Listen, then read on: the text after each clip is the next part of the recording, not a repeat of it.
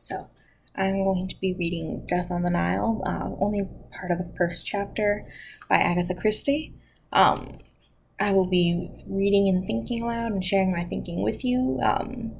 Just based on the title, I'd assume that it's probably Murder on the River Nile, like a cruise or something. In like the actual River Nile, not in Ohio, the one in Egypt. Is there one in Ohio? Okay, so one. Lynette Ridgway. That's her, said Mr. Burnaby, the landlord of the Three Crowns.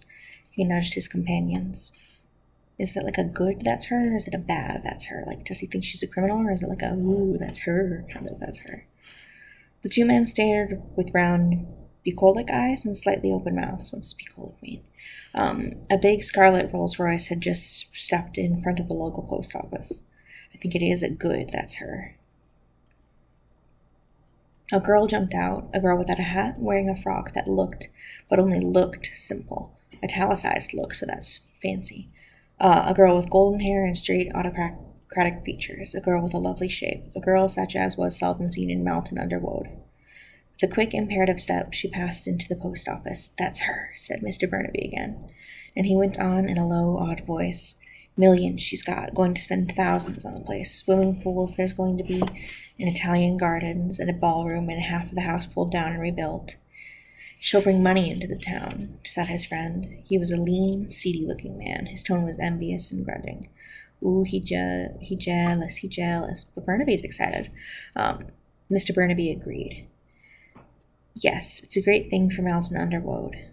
Mountain Underwood. That's an interesting name.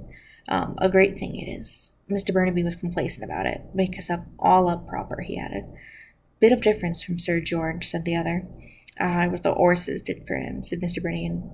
Burnaby indulgently. Never had no luck. Mr. George apparently lost all his money gambling on horse racing, it seems.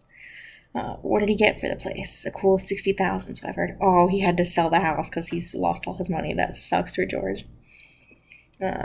The lean man whistled. Mr. Burnaby went on triumphantly, and they say she'll have spent another 60,000 before she's finished. Wicked, said the lean man. Where'd she get all that money from? America, so I've heard. Her mother was the only daughter of one of those millionaire blokes. Quite like the pictures, isn't it? Ugh, inherited money. Disgusting. The girl came out of the post office and climbed into the car. As she drove off, the lean man followed her with his eyes. He muttered, It seems all wrong to me, her looking like that. Money and looks, it's too much. If a girl's as rich as that, she's no right to be a good looker as well. And she is a good looker. Got everything that girl has. Doesn't seem fair. The inherent sexism in the world. Seem to extract from the social column of the Daily Blag. Blag? This kind of sounds like daily, like blah, blah, blah. Is it a joke? Among those supping in Chez Ma Tante, I noticed beautiful Lynette Ridgway. She was with the Honorable Joanna Southwood, Lord Windlesham, and Mr. Toby Bryce. Miss Ridgway, as everyone knows, is the daughter of Melhuish Ridgway, who married Anna Hartz. She inherits from her grandfather, Leopold Hartz, an immense fortune. The lovely Lynette is the sensation of the moment and is rumored that an engagement may be announced shortly. Certainly Lord Windlesham seems very épris. That's French, and I'm going to assume it probably means excited. So, social column thinks that her and this Lord Ling might be getting married. Interesting. The Honorable Joanna Southwood said, Darling, I think it's all going to be perfectly marvelous. She was sitting in Lynette Ridgway's bathroom at Woad Hall. Woad. Well, this is French, and it's... What's with all the French stuff? I thought this was going to be in England at first, just based on the names. But it might not be. I wonder when this takes place. From the window of the eye passed over the gardens to open country with blue shadows of woodlands. It's rather perfect, isn't it? Said Lynette. She leaned her arms on the windowsill. Her face was eager, alive, dynamic. Beside her, Joanna Southwood seemed somehow a little dim. A tall, thin young woman of 27 with a long, clever face and freakishly plucked eyebrows. Freakishly plucked. That makes me think of, 20s fashion when their eyebrows are, paper thin for some reason. So maybe that's where this takes place. And you've done so much in the time. Did you have lots of architects and things? 3. What are architects like?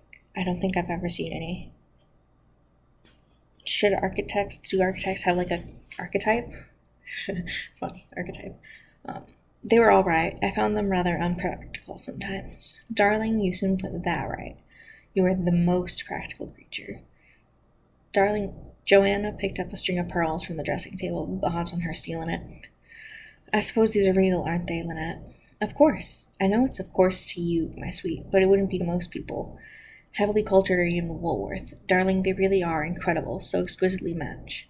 They must be worth the most fabulous sum. Oh, she's 100% gonna steal that.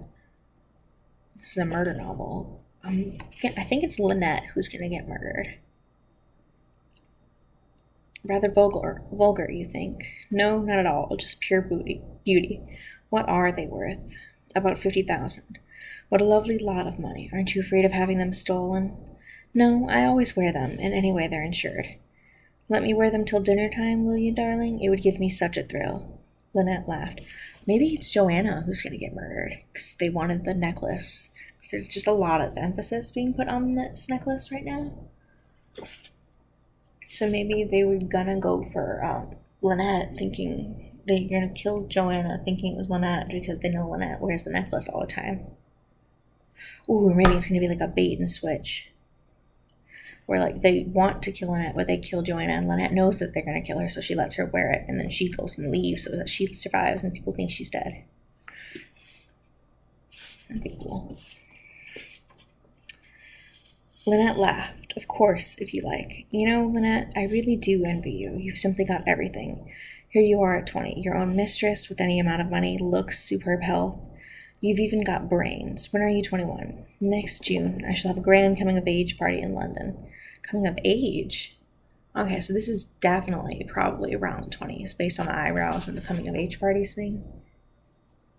And just the way everybody's been speaking. So probably 1920s, because I don't think it'd be any earlier. And then are you going to marry Charles Windlesham? All the dreadful little gossip writers are getting so excited about it, and he really is frightfully devoted. Ooh, so he's excited, but she's not, and everybody else just kind of expects her to go along with it. Interesting. Okay. Well, that's about my time. Interesting. I wonder if who it'll be, Joanna or Lynette, who gets murdered.